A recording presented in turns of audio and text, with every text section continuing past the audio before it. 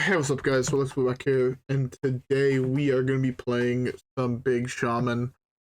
The next couple videos, I'll be honest, are going to be, I don't want to say lower effort, but I'm definitely more tired.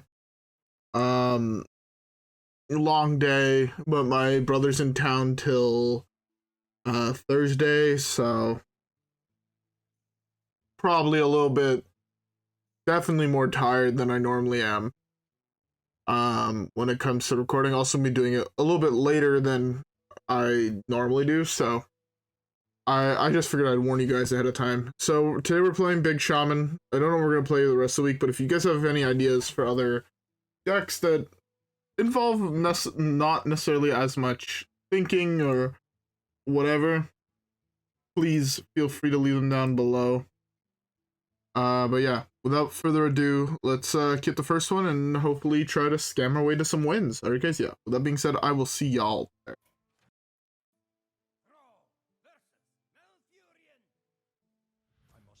Alright. First game, we have a Muckmorpher in the opener. It's always good. I actually want to keep this whole hand. Having the Lightning Bloom for Reincarnate ain't bad depending what we pull with the Muckmorpher. Oh. It was just one of those days where I'm just drained by the end of it. Although, earlier today, I did beat Spyro 2. What is Ripto's Revenge? I believe is the name of the game. I could be wrong with exactly what it's called, but very good game. Had a blast playing it, honestly. It was one of the better games I've played in recent days. Started Spyro 3. You're the Dragonfly, so I'm excited to play a little bit more of that game tomorrow. Oh, fuck. I need to go to bed. we're gonna finish recording this and then probably then I'm just heading to fucking bed. I'll be honest. After this is uploaded or edited, and I'm just leave it uploaded when I go to bed. Like when I say I'm drained, I'm drained. Like rough day. It is what it is.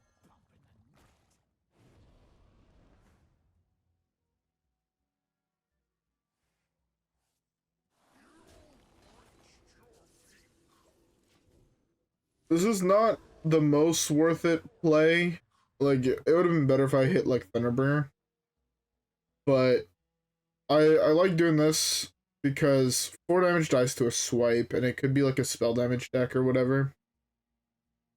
So now I lose to Poison Seed, which I lost to anyways. So it is what it is.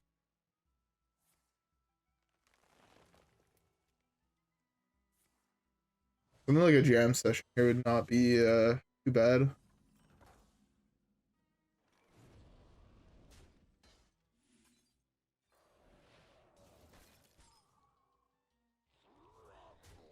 Good.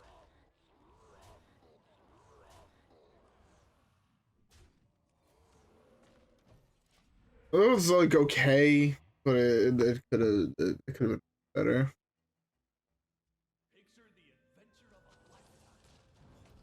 More? I guess.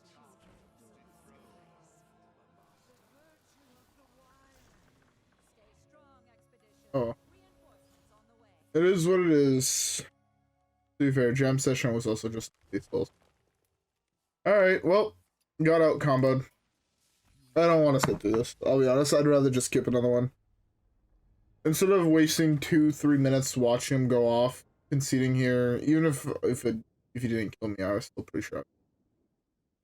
It is what it is. Let's keep the next one.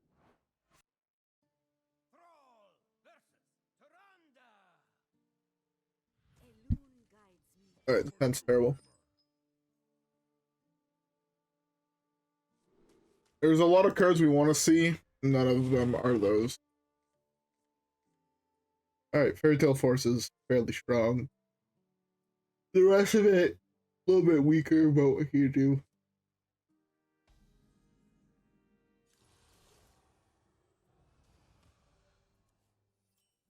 Oh, the other thing is my feet are killing me. I realistically have to get new shoes. Shoes are just so fucking expensive. I have a hard time justifying myself buying shoes.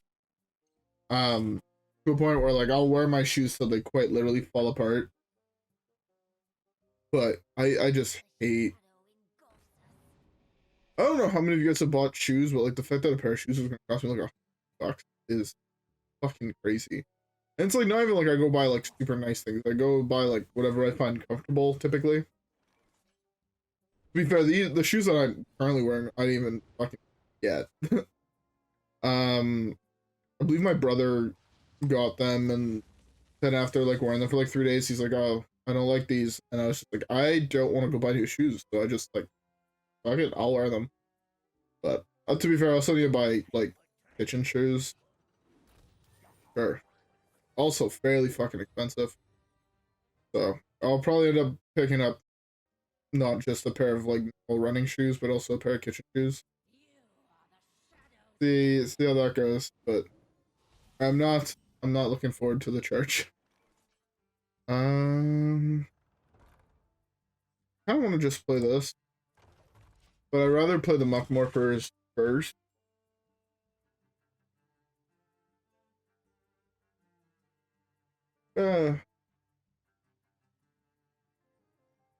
One gave me a taunt into pulling either a Walking Mountain or a Neptulon, which is a pretty solid card on both ends.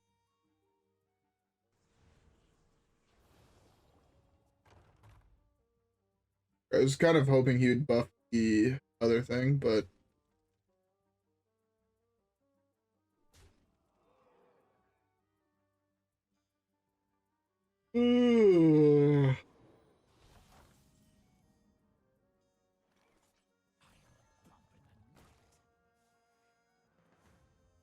kill this safest.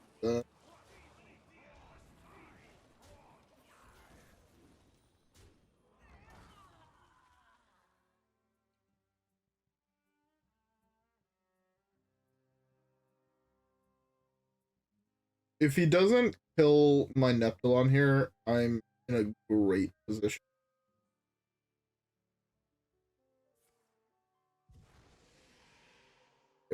Actually,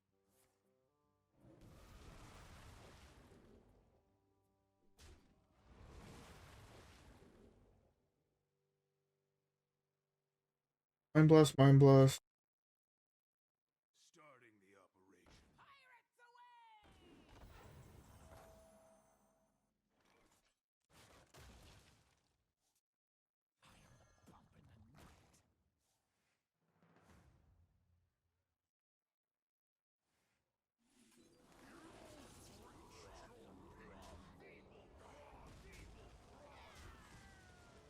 Okay, well, that should be GG. I'd like to think. Yeah, we're just. You can't kill the 4/1s, and I get a 4/16 with lifesteal. That can punch him in the face for what is that? 16, which is lethal.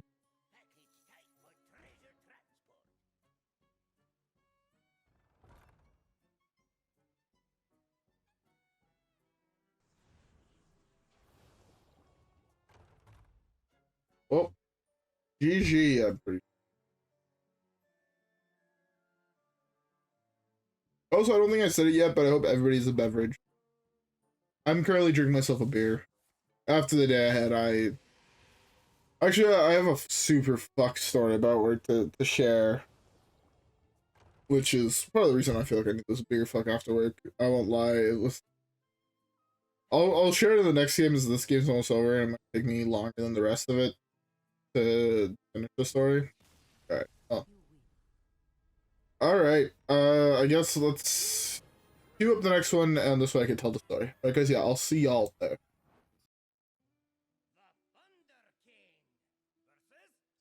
Alright. Mull this. This?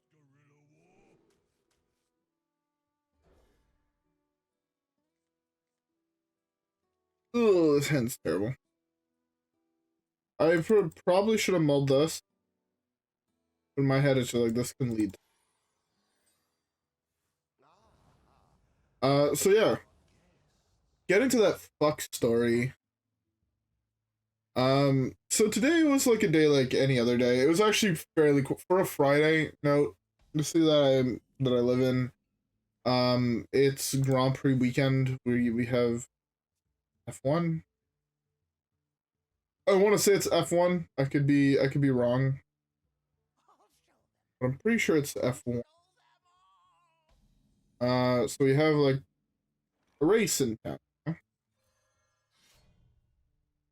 and typically, depending where you live in the city I live in, um, it could either be like a restaurant could either be super fucking busy, like nearby the event, it's super busy, or we're fairly far away from it, like knowing city traffic where I live, like an hour and a half drive type shit. Especially this weekend, there's fucking traffic everywhere. I hate traffic. To be fair, I'm not even the biggest fan of driving in general, so any amount of traffic is not exactly what I call a fun time. I should have went coin ancestral instead of the fairy tale forest, because now I'm about to get my Muckmorpher objective too, and I'm gonna bitch about it. Yeah, I'm ready to bitch. It's fine.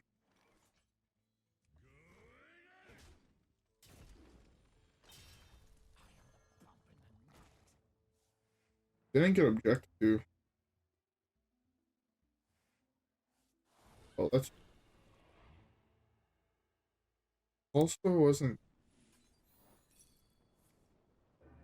interesting.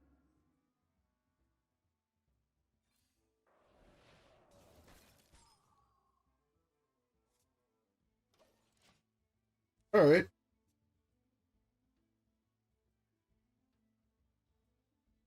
So yeah, we're fairly far away from it, so I don't really have to worry about like the huge traffic. One of the other restaurants I worked at, F1 weekend was, I believe, in our top 3 most profitable weekends throughout the year. Maybe not top, like at top 5 definitely. And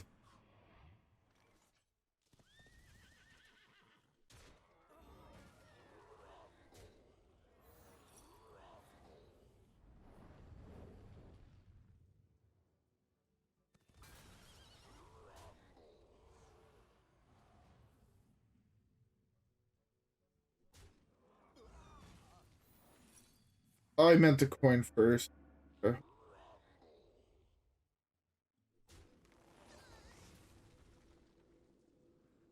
6, 7.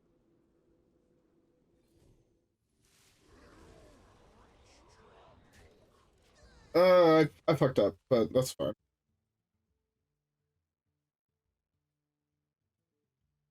That's both counter spells used. It's not have to worry about objection, but it's that's bad. I guess you didn't have the for coin. Rock his block here.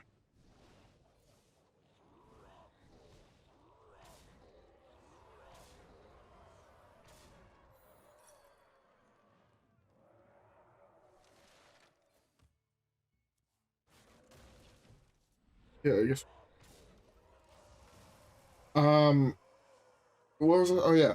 So it was actually fairly quiet at a restaurant. A large portion of our city is down watching the F1, or they'll be in bars near to the location of it.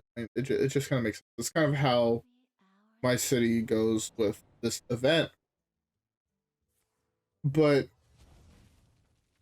to be fair, I don't know if it's a kid or if adult or whatever, but someone, like, I don't want to say they. I'll finish the story in the next game. So, as I was saying, someone I don't want to say it was a prank or anything like that, because I think that if I don't like the idea of pulling attention to this type of behavior.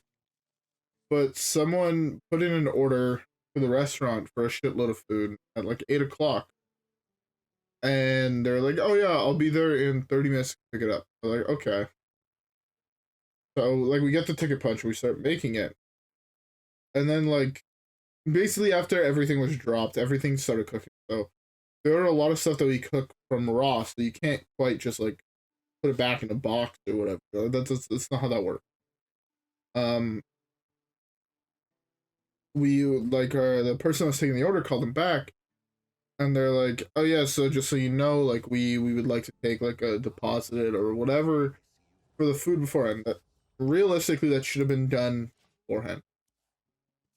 Um, and they're like, "Yeah, sure, we'll pay like over the phone." And they're like, "All right, sounds good." And then they're like, so they try to pay like through card over the phone, and they were having problems with their card or whatever, but basically it ended up being where they just couldn't.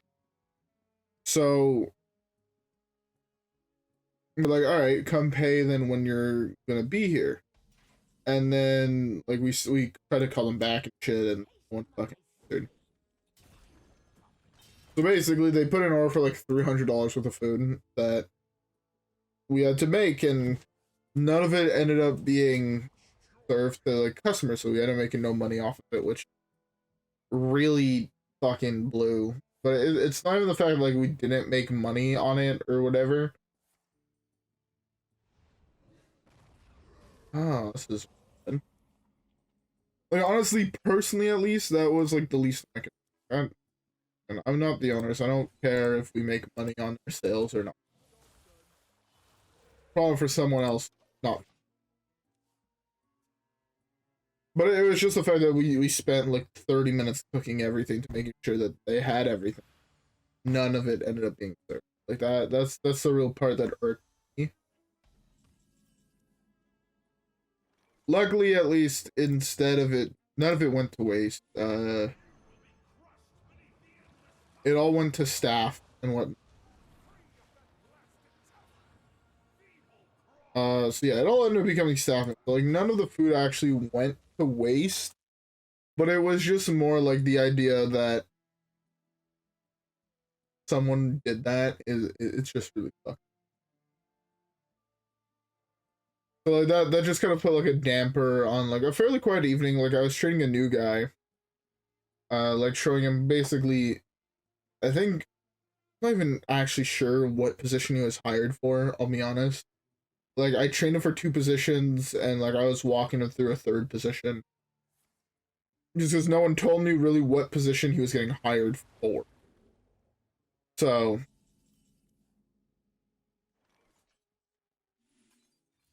it was a little wild. So,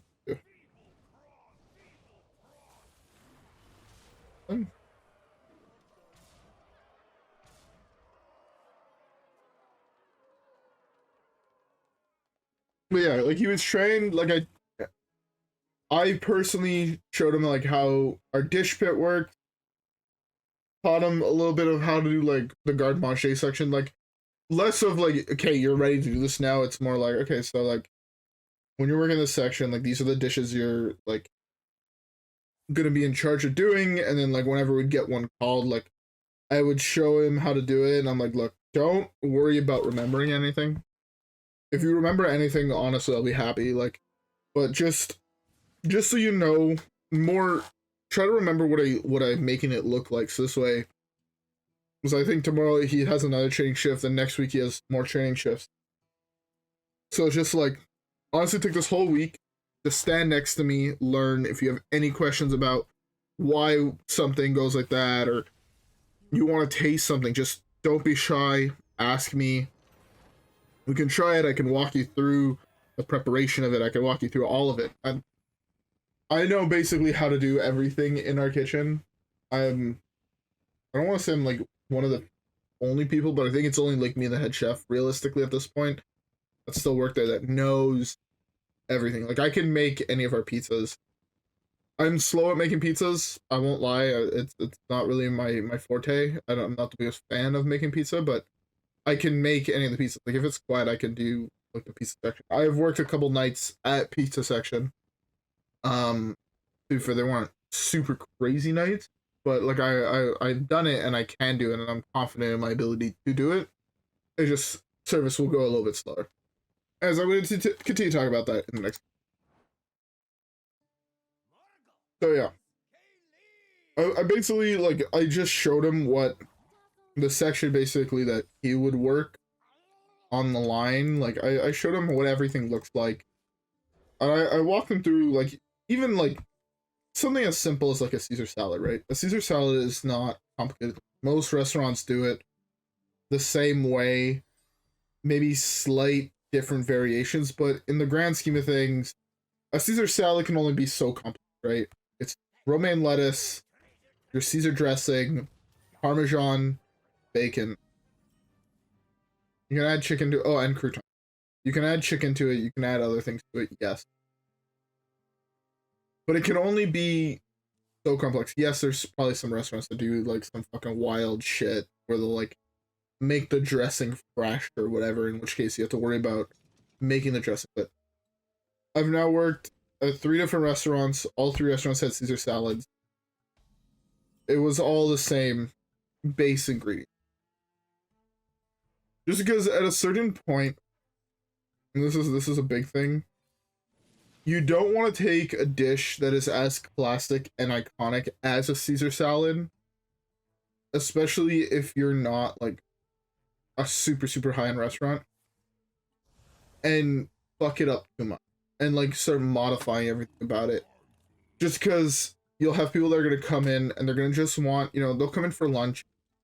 It's like a work day and they're going to come in and all they want is a light Caesar salad, right? Something that's just not necessarily filling. I don't think filling is the operative word to describe it, but something, it's more comfort food, And so you don't want to fuck with that too much. Especially in a place where you're around a lot of businesses and whatnot, where people will just come in, order a Caesar salad, maybe have a beer, maybe have a soda, a mocktail, whatever. And like that's their lunch. You don't want to make it all of a sudden where you're I've seen pictures of some like wild shit, but for the most part it's very simple ingredients. So it's like I would walk through that multiple times with him and tell him like the reasoning why I do things in certain orders. Like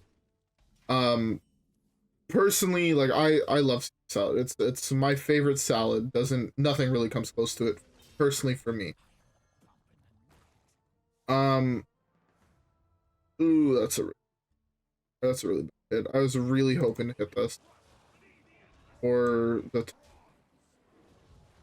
but like the way I personally do it, and I've had various conversations with my head chef at the current restaurant I work at, and the chefs I've worked at other restaurants underneath. And a lot of times you'll see people. That is an insane. Is this gonna give me lifesteal here? Be really not very. Gaining 4 here is actually fairly good. Did I miss lethal? I absolutely. Oh, he's actually just dead. So but like when I make it, I will like we do like homemade bacon bits.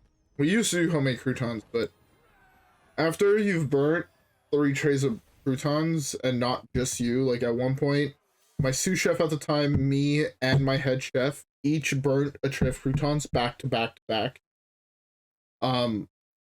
We just bought like really high-end croutons. But like I toss like the croutons and the bacon in the dressing. I find it creates a better spread of the bacon throughout the entire salad.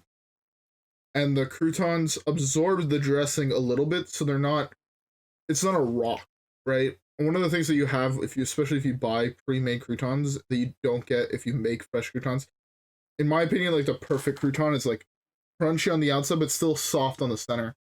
So if you toss it in the dressing,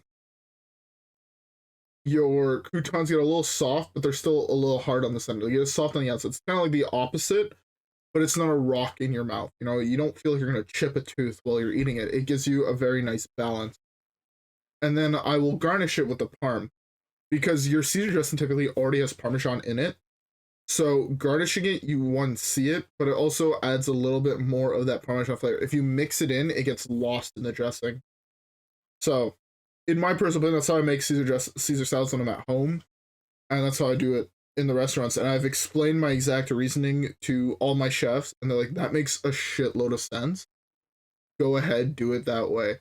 A lot of places just mix everything together, and I would explain why I like everything, and they've all been like, "That makes a lot of fucking sense. I completely understand. If you feel more comfortable doing it that way and you think it's a better product, go ahead and do it." I'm like, all right, perfect. Never got a fucking complaint about that. Anyways, so we have time for one last game, so let's queue it up. Alright, getting back to that, and I know I'm going to spend a lot of this video talking about food, but again, it's one of my very big passions. It's something that I feel like I might be spending a lot of my life doing. This is something very small, and it's something that's going to be a little bit weird to people that just cook at home, but people that cook in a restaurant, or people that eat at restaurants, honestly, also will probably resonate with it a little bit more. But presentation, while it's a very small part of cooking when you're not at, you know, Michelin star restaurant or Michelin recognition restaurant, or even just like a higher end cooking establishment, presentation, right? I've been to my fair share of Italian places where it's just like your pasta's just kind of thrown on a plate, or a salad's just thrown on a plate. Presentation actually does a lot. And with something as simple as a salad, being able to see the parm on top of a Caesar salad brings it to a whole new level. Where if you're like, say your girlfriend's coming over, or your significant other's coming over, and you do it, it just adds that extra little bit of, oh, this is like a nice homemade dish. Because again, normally parm gets lost in it, right? It's the same color as a dressing typically, unless you do like a really traditional vinaigrette style dressing, which all face. Which, to be fair, there's nothing wrong with that. I've enjoyed my fair share of very, very traditional style Caesar dressing. Not a personal biggest fan of the anchovies in it. I find that the parm that you add to it, the Worcester, capers, they already add enough of that saltiness that you don't really need the anchovies. I understand it adds technically a little bit more body to it, but I'm not the biggest fan. Also, adding anchovies means that it's no longer vegetarian, or in a restaurant setting, that's a pretty big thing. I'll be honest. You'd be surprised with how many vegetarians go to restaurants. I'm gonna regret this in 30 seconds, but it's just one of those things that when you're working with a restaurant setting, you have to think about a lot of these things. Like, as simple as, we have a pasta dish on our menu, and for the longest time we were doing it with chicken stock. But like, it's the pasta, mushrooms, peas, cream, the stock of choice, and white wine.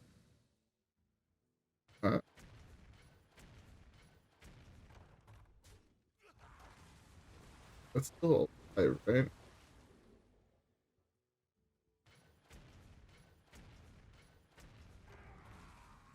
So just the simple aspect of changing it from a chicken stock to a mushroom stock, right? Because mushrooms are already in the dish, so you're kind of amplifying the mushroom flavor.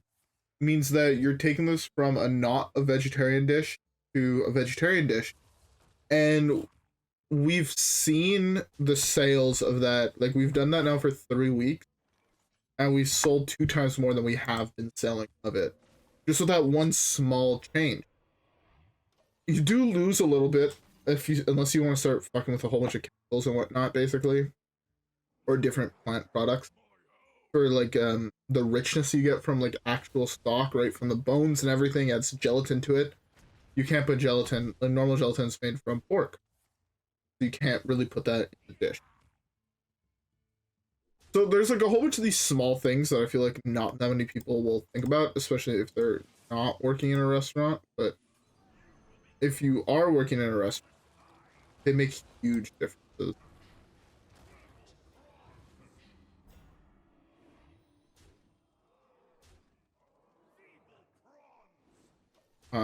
I don't know how I got to this topic, but hey, it is what it is.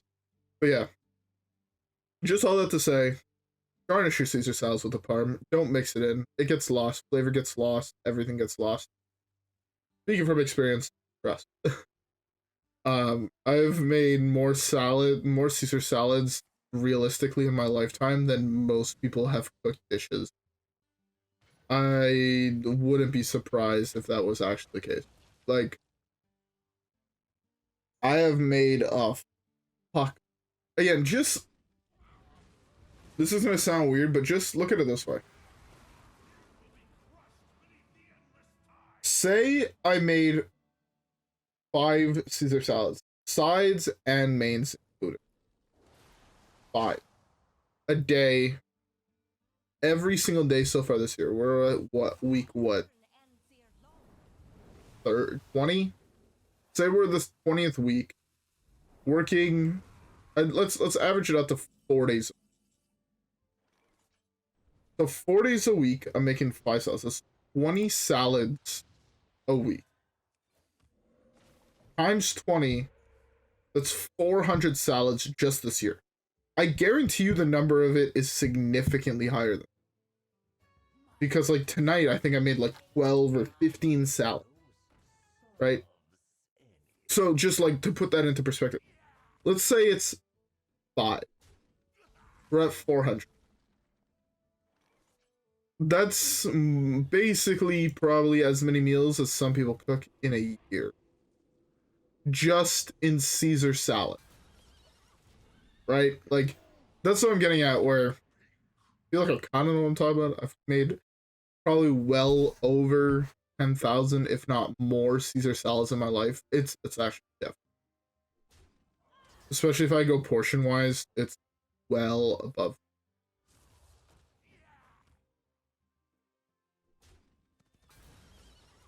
Yeah. To be fair, again, I've had a lot of conversations with my head chefs about, or my head chef currently, about different ideas for menus. As we've been reworking the menu. We want to remove a couple things. We want to change a couple other things. So, you know, it's one of those things where we've been putting in the work, and I've been having a lot of conversations with menus and things that are realistic to do in a restaurant setting. Yeah, that's another big thing, right? There's a lot of ideas I have where I'm just like, I'm just going with kind of things I want to cook, I'll be honest. To be fair, that's how I cook most of the times. It's like, what the fuck do I want to eat today? And the big thing is a lot of that is not very feasible in a restaurant setting. Like, we were thinking initially about, like, yo, what if we do, like, a special that was, like, lasagna?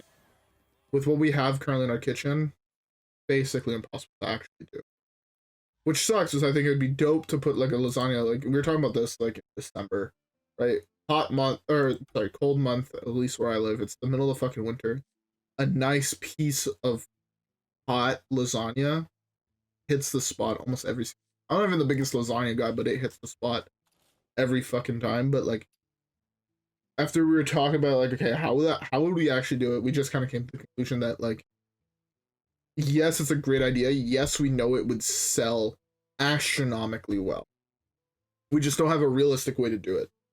Which is honestly, it's one of the things that I've really enjoyed about this, like that part of work, where it's like I'm like learning like these, because we both have a shitload of ideas. Like, I'm pretty sure if we just use the ideas that we've bounced off each other in the last like 6 weeks. So, no, let's go 2 months, right? So 8 weeks. We'd probably have enough specials to last us the rest of the year. The problem is like the feasibility of it, and then pricing. Pricing in a restaurant. Don't get me started. I can make an entire video, probably 2 hours long, about how you price things in a restaurant. It'd be really bad for my business working, but it's just one of those things where when you realize how much more it costs at a restaurant versus if you want to do it yourself, it's fucking wild. Just roughly, not gonna dive too much into it, estimate that all costs included, your meal is 2 times the price of cost plus income. Sometimes, I won't lie, sometimes it's more. If you go to fucking ice cream, it's like 16 times. Like, if you go to, right, this is my last thing about this.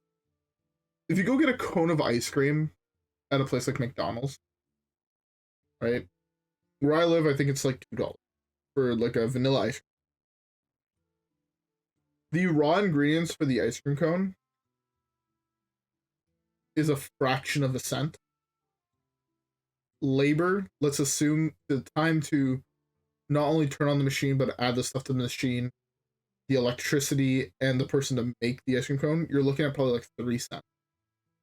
So let's just round it up to 5 cents. Paying $2 for it is how much more you're paying than if you would make it yourself. Yes, you have to pay the price of the machine or whatever, but just like rough. This is ice cream. That's something that's hard to make at home, but like a McDonald's burger, I'm pretty sure. Me and my head chef looked into it. I think we were looking at it, and it's like 9 times the price of everything. Right? That's like your equipment, your location fees, your electricity fees, your personnel, raw ingredients. It's like 9 times the price of what the company's paying. Just to put that into perspective, the higher end restaurants you get, the lower that percentage goes up, but also the higher the price of it goes up because better quality food, you're paying your staff more, your equipment's typically better, a whole bunch of this other shit. But I'm not going to dive more into that unless people are actually curious about it, and this way I can use some of the real numbers I know from at least the place I work at. So I know a lot of numbers. Me and my head chef, we sat down and we looked at it because when I was expressing interest in wanting to work more and I wanted to like learn more about everything, like he actually sat down and he was breaking down like various different things on our menu, like price tag, equipment, all the shit, right? This is another thing you take into account is like upgrade cost or like repair cost for your machinery, especially if you're using older equipment. Like that kind of gets factored in. It's fucking wild when you actually realize how much shit gets put into the price, and then in order to make it profitable, like there's a lot of math. Like weirdly enough, I thought being a chef was very little math. There's a shitload of math that goes into it. Anyways, Big Shaman is Big Shaman. Fairly easy deck, kind of just steals games, scams your opponent. Neptulon. Anyways, yeah, if you guys have any more questions, honestly, about, or any questions at all, about restaurant life or anything like that, if anyone's like curious about what it's actually like working at a restaurant, feel free to comment down below. If there's enough interest, I might just make like a whole video where I just have gameplay in the back where I post-record voiceover, and this way I can actually talk about everything about it. Just because, one, it's a topic I'm very passionate about. It's something I love to do, and it's something I'm working in right. So, if anybody has any questions, if anybody's thinking about getting into the restaurant industry, feel free to leave comments down below. I'm welcoming it. Honestly, I'd love to talk more about it. So, with that being said, hope y'all enjoyed. If you guys did, don't forget to leave a like and subscribe as always. Follow me on Twitch and Twitter. Have a great rest of your day, and I will see y'all in the next one. Alright, guys? Yeah. Peace.